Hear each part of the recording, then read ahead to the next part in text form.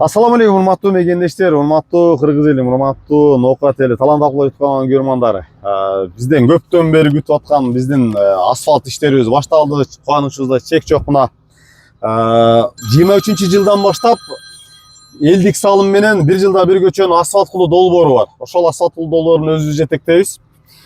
Элдик салым ар бир түтүн 10 миңден жардам берет. Параллельный мына көчө асфальт болуп атабы? Параллельный көчө 10 миңден жардам берет. Бул көчө асфальт болуп аткан көчө 30 миңден берет түтүнгө. Ошентип элдик салым менен 26-дан баштап, 23-төн баштап асфальт көчөлөр, ички көчөлөрүбүздү элибиз асфальт кылып келатабыз. Ата журтка, ата мегенге, мамлекетке болгон салымыбыз деп. Бул жерге президент, премьер-министр, жогорку депутаттары, аким, айыл өкмөт келип жашабайт. Биз калк өзүбүз жашайбыз. Ушул жерде өмүр бою бирге жашайбыз. Келечек ушул айылдын өнүп өсүшү бул биз өзүбүз үчүн экенин эл түшүнүп, баягы курдугамыздан жасалган бидеят жанагы 40 жылдык деген чыгымдардан баш тартып, 40 жылдык кылбай ушу кыяматкача соо барып турсун, мамлекетке салымыбыз болот дегенде туура түшүнүп, акчаны туура жакка колдонушту үйрөнүп, калктын, Акбулак элинин, Кыргыз Ата айылынын, Акбулак элинин жардамы менен айылыбыз, Акбулак айылы шаарга айланып барат. Буюрса кийинки жылы Акбулак толук кандуу бир да көчөсү калбай асфальт болуп бүтөт. Бир жылда бир көчөнүн асфальт болуп 23, бирден көчөнүн асфальт кылсак, акыркы мезгилде 5тен көчө, былтыр 5 көчө, быйыл да 5 көчө асфальт болот. Азыр эми быйыл өнүктүрүү фонду, областной өнүктүрүү фондунан Аманкан губернаторубуз Аманкан Кенжебаев, кечирим сурайм, атын фамилиясын адашып атсам. Оштун губернаторунан, өнүктүрүү фондунун жетекчилерине, айыл өкмөткө терең ыраазычылык билгизгибиз келет. Быйыл элдик салымды ушул Акбулакта ушундай элдик салым менен жакшы иштер болуп атканын алар байкап, мамлекеттен, өнүктүрүү фондунан 17 миллион, айыл өкмөттөн 1 миллион 800, калганы бүт элдик салым менен 23 миллионго 5 көчөгө асфальт басып атабыз. Андан сырткары кийинки жылга буюрса маданият үйүнү 41 миллиондук долбоор, анын дагы проектисин, көчөлөрүнүн проектисин элдик салым менен элдин акчасына проекти дагы өзүбүз рабочий проект сызып бергенбиз.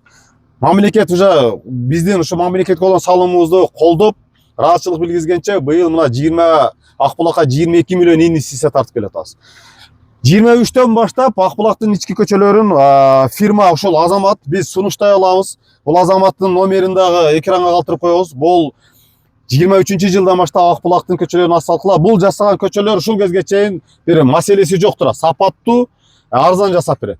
Өзү менен байланыстаңар болот, кепилдик бере алабыз. Анткени бул адам, мен бул адамды колдогон себеби Акбулак эли асфальтты түшүнбөй турган маалда 12 миллион асфальт басабыз дегенде жаныбызда бир сом акчабыз жок да, ошол элге, бизге, Акбулакка ишенип, өзү эле баштап бул ишти бүтүргүчө Акбулак эли өзүбүз 12 миллионду чогултуп карматып койгон. Ошондон бери бири-бирибизге ишенебиз, сапаттуу иш алып келет, ошон үчүн биз Азаматты тандайбыз. Азыр эми Боркону, Кыргыз Атада дагы Боркодо 13 миллиондук асфальт басылып атат. Ал жердин да сапатын барып салыштырабыз. Ал жерди, бул жерди биз сиздерге сөз алып чыгып беребиз. Кайсыл фирма, кайсыл көчөгө кандай асфальт жакшы басып атат.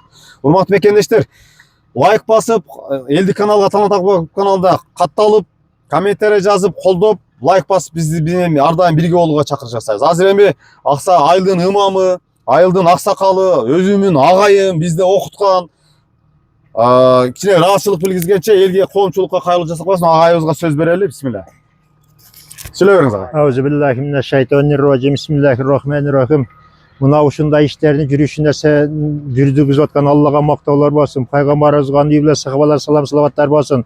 Мына ушул иштерди жүгүрүп, уюштуруп жүргөн мына ушул илгизиним кирген жерде мына кабыл алып ушул иштерин, ушул демилгесин колдогон мына областыбыздын губернаторуна, ошондой эле мына айыл өкмөт дагы ушуга көмөкчү болуп, тирөөч болуп, ошол киши дагы ушуга неме кошулуп, ошол кылган иштерине ыраазычылык билдирип, өзү дагы кошо жүгүргөн ошо айыл өкмөтүбүз. Ошондой эле мына ушул илгизиним колдоп, ушул бала жакшы иштер аткарып атат деп мына айыл боюнча акча берген, спонсорлук кылган адамдар баардык үй бүлөлөрүн тынч эмес болсун.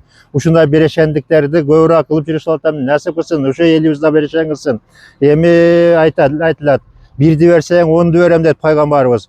Бул бергенибиз, бул жолго бергенибиз өмүр бою келчү. Ушул жол бузулуп, качан жок болгонго чейин садакага бак неме берген садакабызга сабап жазыла берет экен да. Ошол сабабыбыз пол тоодой болуп калсын илайым. Ошол о дүйнөдө барганыбызда ушул жолго 1000 сом бердим эле. Ушул 1000 сом ушунчалык көп садака болуп калыптыр деп ыраазы боло турган деңгээлге жетсин, Алла жетсин. Эми урматтуу жолдоштор, ар бир нерсенин неме душманы болот да. Мына суунун душманы суу дегенде асфальттын душманы дагы суу болот экен урматтуу. Мына пайнабарыктарды чыгарайлы, турбаларды коелу урматтуу. Асфальтыбызды сууга бастырбайлы.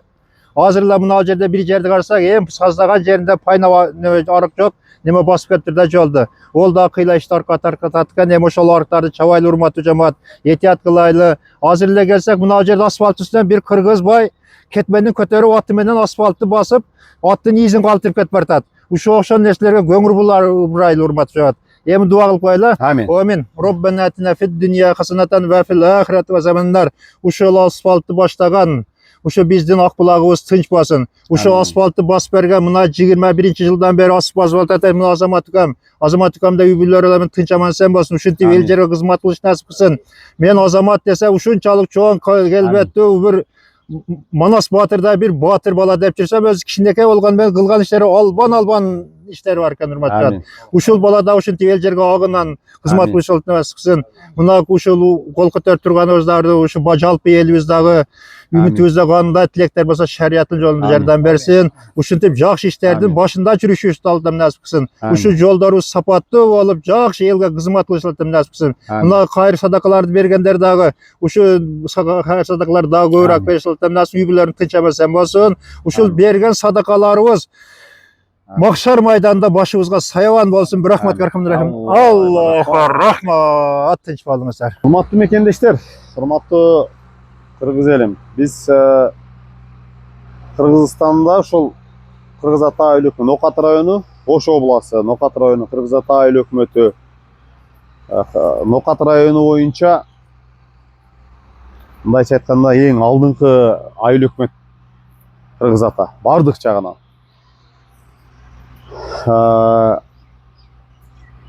Элдин салым менен эле, элдин жардамы менен ушул ата мекенге болгон биздин элдик салым айылдын ичинде көчөлөрдү жарыктандыруу, көчөлөргө сталба тартып, трансформаторлорду тартып, бүт мамлекеттен кызматчылар келгенде, рейстин адамдар келгенде чайын бере калып, кыскасы колдон келген жардамды берип, мамлекет үчүн өнүгүшүнө салым кошуу, элдик салым аябай күчтүү да Акбулак элинде. Акбулак элинин ынтымагы, биримдиги, бири-бирибизди угуп, жакшы коомчулукка, элдин кызыкчылыгына болгон иш болсо сөзсүз түрдө колдоо көрсөтүп, 5-10 сомдон бери артанактуу техникасы бар, техникасы менен жардам берип, Акбулак финансылык фонд деп, айылыбыздын ички фонду, сырткы мигранттардын фонду, жалпы Акбулактык ишкерлер, ушулардын ынтымагынын негизинде айылдын ичинде көчөлөрдү жарыктандыруу,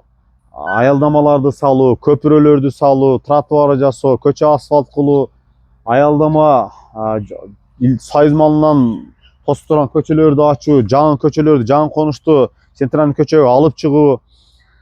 Кыскасы ушуга окшогон жакшы иштерде элдик салым чоң да.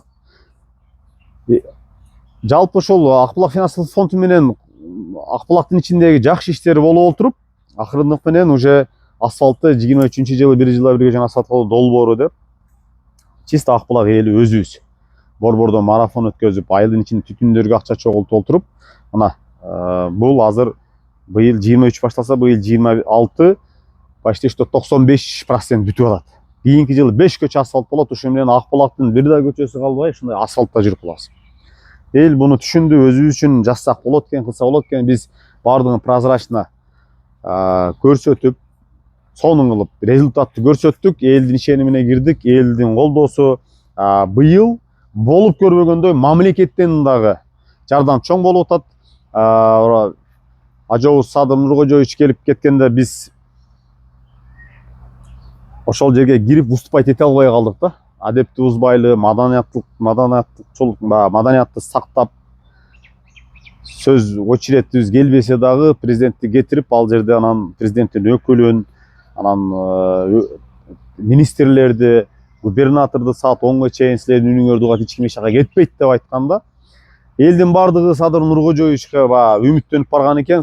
Элдин баары президент кеткенден кетип калды. Ал жерде биз көгөрүп отуруп, дальше акимдин кемчилдигин, президенттин көзүнүн боёгондугун, бир күндө тигилген гүлдөрдүн бир күндө ачканын, жердин бозоруп жатканын, бийлик президенттин көзүн бордирлерди жөн эле тизип койгондугун 1 сантиметр асфальт басылып атканын критиковать этип отуруп ошол жерде элдик салым менен рабочий проект колубузда бар, проект өзү сызып, ошол нерсени акимият баш тартып, область баш тартып койду дегенде Аманкан Кенжебаев Ош областынын губернатору болушу мүмкүн эмес. Элдик салым болсо биз колдойбуз деп туруп, ызы чүчүк олтуруп, жеке мени бир жумадан кийин вторник күнү келиңиз, мен сизди кабыл алам деп, андан кийин мен рабочий проект менен алдына бардым. Элдик салым бар, эртең чекти төлөп, чекти алып келип беребиз дедик. Биздин элдик салым 20%, 23% болгондугуна байланыштуу. Элдик салым болгондуктан автоматтуу түрдө эки көчө, Айдаралиев ушул көчө менен Бердибаев көчөсүн автоматтуу түрдө ошол отурумда 11,5 миллион акча бөлүндү. Андан кийин дагы эки көчөнү алып бардык. Элдик салым төлөп алып бардык. Отурумга мен өзүм барып защищать еттим. Өкмөт биринде өкмөт өзү барды, биринде замы барды, биринде өкмөт менен бирге спикер барды, Кыргыз Ата айыл өкмөтүнүн айыл кеңеш депутатынын спикери. Мен барып акырында анан дагы эки көчөнү биргеликте защищать этип, кийинкисине дагы 10 миллиондой акча бөлүп, жалпысынан быйыл Ак Булакка мамлекет тарабынан ушул жерден учурдан пайдаланып, Ак Булак элинин атынан бийликке ыраазычылык билгизим келет. Особенно Ош областынын губернатору Аманкан Кенжебаевга терең ыраазычылык билгизим келет. Колдоп, кубаттап, элге стимул болду. 22 миллион мындайча айтканда быйыл мамлекеттен салым бар. Азамат инибизди тандаганыбыздын дагы бир себеби бул ошол соцпакеттер жардам болуп, дагы бир көчөбүздү элдик салым болгону миллион калган азаматтан жардам болуп, 5-чи көчө, жалпысынан 5 көчө асфальт болуп атат. Бийлик тарабынан дагы быйыл бизге көңүл бурулуп, эл 23-төн баштап мамлекетке салым кошуп, элдин салымы чоң болуп, мамлекеттин өнүгүшүнө, экономиканын көтөрүлүшүнө элдин салымы чоң болгондугун байкап, как раз губернатор жаңы келген бизге. Азыркы аким, Нокат районуна келген жаңы аким дагы эл менен баарлашуу, элдин үнүн уга билген, эл менен сүйлөшүштү билген, грамотный, мыйзамды билген бул юрист. Буга чейин Кочкор районунда аким болуп 6 жыл иштеген тажрыйбасы бар аким келди. Бул аким дагы кечеги күнү Ак Булакка келип сел түштү эле, көпүрөнүн алдын алып кеткен экен. Совещание кылып сразу МЧС өкмөттөр менен бирге келип, акчалай каражат бөлүп берип, элдик салым жардам болот деп, полный ал жакта дагы бир чоң иш бүтүп атат. Аким бир жакшы аким туш келди окшойт. Азыр Нурлан Бейшенбекович деп, эл мындай айтканда, эл ыраазы болуп турат, элдин үнүн угуп, эл менен баарлашып, жер жүзүндө маселени чечкенге аракет кылып, бардык жерге успеть этип атат да, дегенден бери жакшы результат көрсөтүп атат. Ротация менен келген Айтор Ош областынын губернатору, анын первый замы Мирлан Кубатбековичпи. Терең ыраазычылык, албайке дагы жардамы чоң. Айтор мамлекеттен дагы бизге көңүл бурула баштаганы элге бир чоң стимул болду да. Элде үмүт пайда болуп, мындайча айтканда 2 жыл очеред күтүп аткандарды быйыл 3 жылдыкты бир уруп атабыз. Ушуна урматтуу мекендештер. Бул нерсени биз коомчулукка чагылдырганыбыз максаты эмне себептен ушул нерсени Кыргызстан боюнча уюштурсак болбойт. Мамлекет, президент, депутат, өкмөт, акимдер эле отура бербей, эмнеге өзүбүз жасасак болбойт.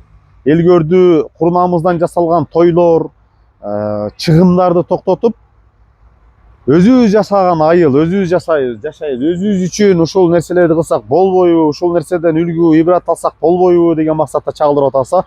Бул нерсени жашасак болот, колубуздан келет. Азыр жокчулук эмес, токчулук мал, токчулуктан ашынып атабыз. Андан көрө ынтымакка келип, организаторлорду, лидерлерди колдоп, окшогон иш-чараларды биз айылда келечекте Ак Булак Сити деп бул жака туристтерди өзүнө тарта тургандай панорама, бул жака жаштар келип той топурда баягы сүрөткө түшүп кете турган аянтчасы менен быстрый питание, жанагы кивиси, шаурма деп Айтор бийиктиктен Нокатты тамаша кылып кете тургандай кылтырып, келечекте максатыбыз чоң. Кара коюбуз Швейцариядан кем эмес, өнүп өсүп атат жылдан жылга. Ал жактагы аларчадай болуп, борбордогудай бир чоң сонун мындай бир дүйнөдөн турист тарта турган аймакка айланса, ал жактан элдер Кыргыз Атага квартира издей келе баштайт. Ошол учурда бул этно стилинде Кыргыз парламенттери менен тоонун бооруна кафе ресторандарды салып, үстүгө айланып чыгып панорамадан кыскасы сүрөткө түшө турган необычный нерселерди жасап, бир турист өзүнө тарта тургандай, жергиликтүү калкты иш менен камыздап, жергиликтүү калкка акча түшө тургандай бир чоң идея пландарыбыз бар. Асфальт бүткөндөн кийин дагы жасай турган идея иш пландары бар. Ошонун бардыгы элдин колдоосу, элден чыккан айыл башчыдан тартып жарандык активист, ажекелер, аксакалдарыбыз, жаштар 5-10 сом поколение болуп чогулуп келе калат. Абетке деп суусундук кыскасы аганы көрейин эсептейт. Жаштар дагы жакшы баратат да. Биз лично мен ошол Акбулактын 80-дерден агаларыбыздан 80-дердин тарыхы көп. Бул Нокат районунда Акбулактын 80-дери жөнүндө баардык маалымат бар. Булардын кылган элге болгон кызматы аябай чоң, мамлекетке болгон жасаган кызматтары да аябай чоң. Ошолор жасаган мына лести жаап бактарактарды тигип сел маселеси токтоду. Ихсан көп чыккандыгынан Аллахка шүгүр бизде мындай коркунучтуу сел жок. Ихсандын садаканын фазилети чоң. Эл Алла ыраачылык үчүн берип бизди колдоп үйрөнүп калды. Анткени биз результат, мына жасаган жумуштарыбыз мына результат көзгө көрүнүп турат. Ошондуктан калай калкка ыраачылык билгизим келет. Кыргызстан боюнча ушул нерсени улап, ушул нерсени жасасак болот, колубуздан келет. Ар бир айылда лидерлер бар, ар бир айылда берешен жомарттар бар, байлар бар, ишкерлер бар. Ошолор менен тил таш, ошолорду элге кызмат кылдырышты билген адамдарды эл башы, журт башы кылып шайлап, ошолордун башын бириктире турган болсок, ата мекенге болгон кызмат. Биз 5 күндүк жашоо кимдир бир айтмакчы 3 эле күн, кече, бүгүн, эртең. Кечеки күн бул тарых, бүгүнкү күн бул белек, эртеңки күн күмөн, эртеңки күн караңгы бизге. Бүгүн барбыз, эртең пайгамбар оң жакты карап, сол жакка салам берип, оң жакка салам бергенге чейин мен кепилдик бере албайм деп айткан. Биз вечный жашай тургандай жашап атабыз. Кийген кийимиң, айдаган машинаң, салган асаныктарың, чогулткан мал мүлкүң, атаң даңк, бул мансап калып кете турган нерсе. Жасаган жумуш, элге кылган кызматың ушул калат, тарых сызылат. Эл эскерип жүрө тургандай, ахиретте дагы соо барып тура тургандай ушундай бир көпүрө салуу, жол оңдоо, бала бакча, мектеп, биздин айылда элдик салым менен мини площадкалар, мектептер курулуп атат, проектлер сызылып, элдик салым менен Акбулак шаарга айланып баратат да. Акбулак айылы Кыргыз Ата Нокат районунун Кыргыз Ата айыл өкмөтүнүн Акбулак айылы бул Кыргызстанда үлгүлүү боло турган айыл болот. Булга жакында уже ар бир көчө толук түткөндө биз айлантырып сиздерге чалдырып беребиз. Практически быйыл 90%, 95% айылдын ичи асфальт болуп бүтөт. Кийинки жыл толук каны бүтөт иншалла. Кийинки жылда 5 көчө менен айылдын ичи полный асфальт болуп бүтөт. Ошондуктан ушул нерсени улап кетишсин, көрсүн, жашса болот экенин жеткизели деген максатта сиздерге репортаж кылып атабыз. Биз менен бирге болуңуздар. Элдик каналга, Талан Акбулак каналына бизден өзүбүздүн жаштардын көбү сурангандыктан Инстаграмга дагы норматив илгизбек деп чыксаңыздар, ак калпагым менен сүрөтүм койгон, ошол Инстаграм баракчабызга катталып кетиңиздер. Талант Акбулак YouTube каналына, Талант Акбулак Инстаграм баракчабызга катталып биз менен бирге болуп колдоп кетиңиздер. Ассаламу алейкум. Жакшылыкта учурашалы, урматтуу мекендештер. Кыргызстан өнүгүп атат. Бизге стабилдүүлүк керек. Колубуздан келиши жардам беришибиз керек. Тынчтык болсун. Ассаламу алейкум.